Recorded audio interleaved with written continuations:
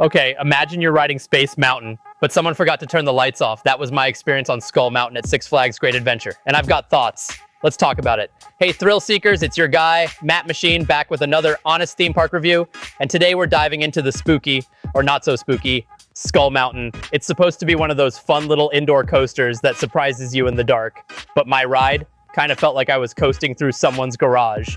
Now, for those who don't know, Skull Mountain is this indoor roller coaster that's been around since the 90s. It's got that creepy looking mountain facade, a queue full of skulls and mist, and it looks like it could deliver a fun, haunted coaster vibe. Kind of like a Six Flags version of Space Mountain. And to be fair, the layout, not terrible. It's not super intense, but it does have some nice drops, a few fun turns, and that classic old school charm. You don't go into Skull Mountain expecting a top 10 coaster, but you do expect darkness, right? But here's where it went way off the rails for me.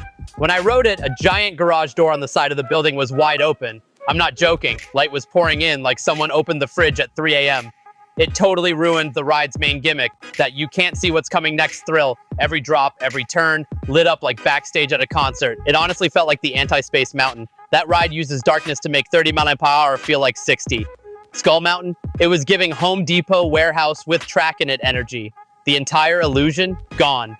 Immersion, non-existent. I couldn't stop thinking, did someone leave the garage open on purpose? Is this part of the ride? Nope, just poor show quality.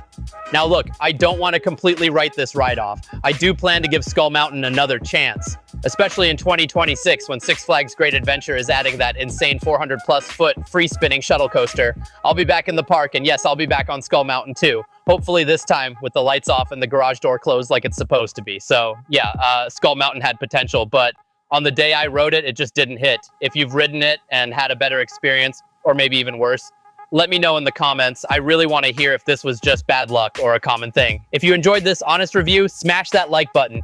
It helps more people find my videos. Drop a comment below if you've ridden Skull Mountain or are hyped for the 2026 coaster project. And of course, if you love coasters, theme parks, and brutally honest reviews, hit that subscribe button to join the MattMachine crew. We've got way more coming, and you're not going to want to miss it. This has been MattMachine. Stay hyped, ride safe, and I'll catch you on the next drop.